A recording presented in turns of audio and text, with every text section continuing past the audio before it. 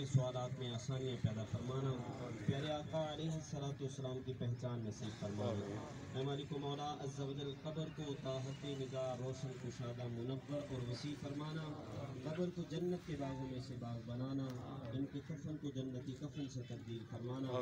اے مالک و مولا عز و جل، تجھے پیارے محبوب علیہ الصلوۃ والسلام کا واسطہ ان کی قبر میں جنت کی کھڑکیاں کھولنا، بروز قیامت پیارے آقا علیہ الصلوۃ والسلام کی شفاعت کبریٰ نصیب فرمانا، میزان عمل پر پردہ پوشی فرمانا، حوض کوثر سے سیراب فرمانا، پل صراط پر ثابت قدمی نصیب فرمانا، بالآخر سرکار دو عالم صلی اللہ علیہ وآلہ وسلم کے ساتھ جنت الفردوس میں پڑوس نصیب فرمانا۔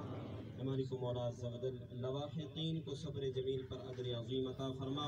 اے مالک و مولا عز و جل، ان کے لیے ہمیشہ ایصال ثواب کرتا رہنے کی توفیق نصیب فرما۔